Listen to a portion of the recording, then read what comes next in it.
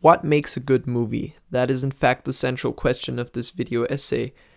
Now, there is a plethora of criteria that attempt to assess this, whether it be dialogue, cinematography, or character development.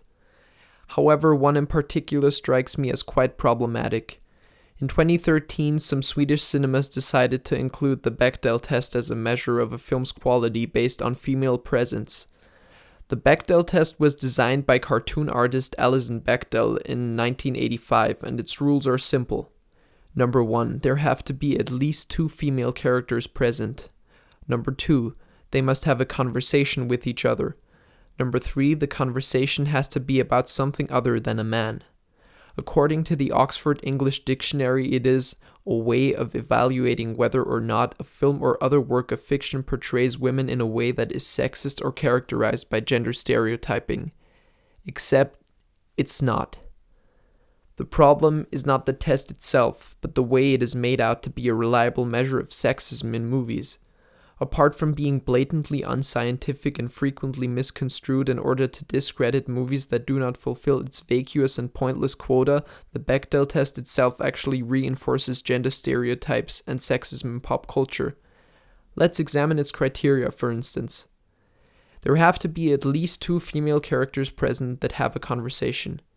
Imagine a film that hits all the checkboxes of feminism with regard to plot, characters, dialogue, and so on, with a strong female lead and progressive storyline.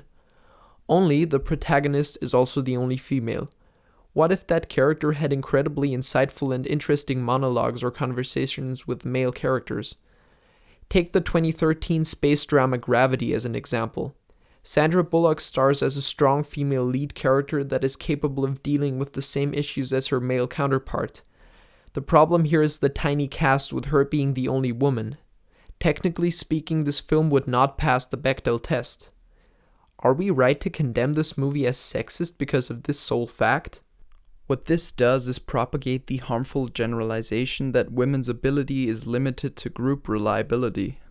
The very demand that there be at least 2 women present insinuates that one woman alone cannot stand up for herself or serve as a valid role model. That is not at all what feminism sets out to demonstrate.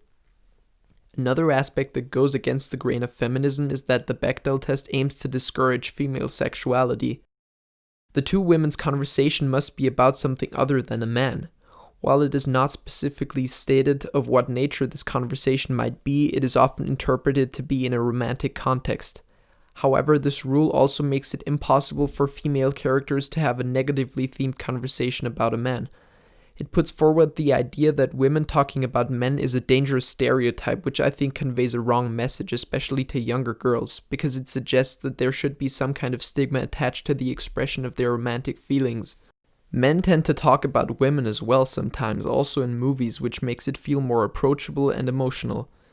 To put it even more bluntly, people talk about people. It is unreasonable to assume that characters in film and television should be bound to talk about material or philosophical things or their own gender exclusively.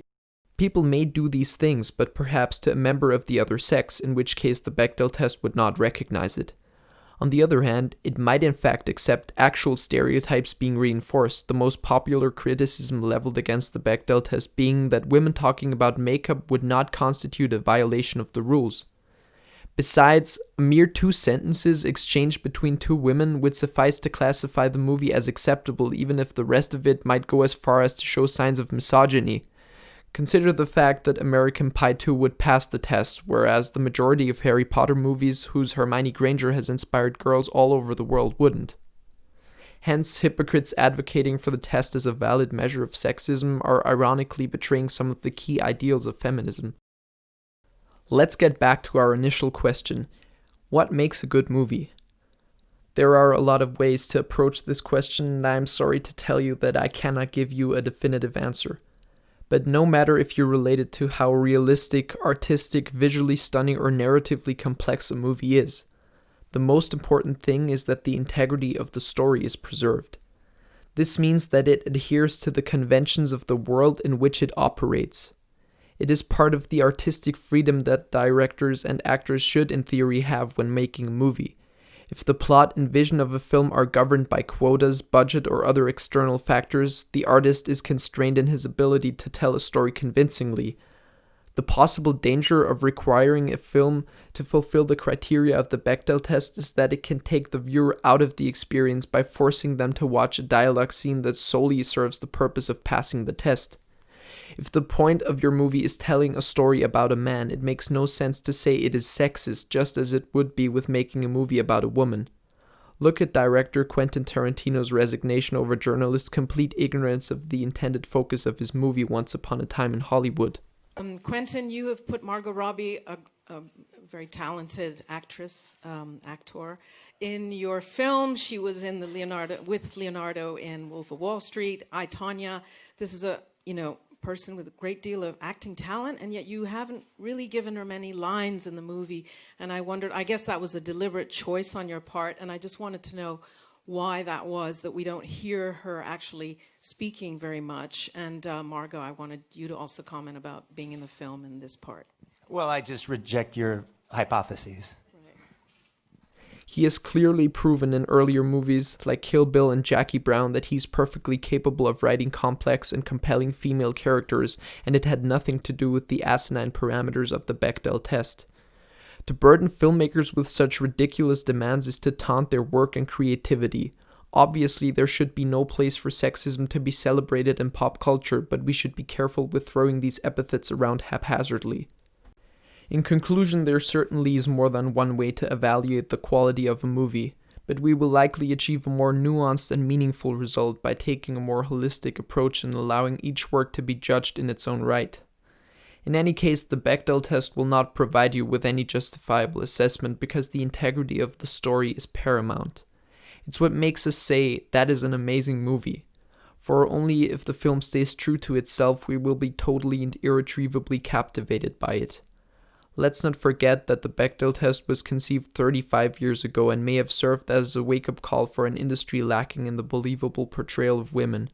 While we should not cease to strive for this ideal, the main concern should nevertheless be allowing filmmakers to produce quality work without being inhibited by negligible pettiness that cannot be generalized over the entirety of the cinematic spectrum.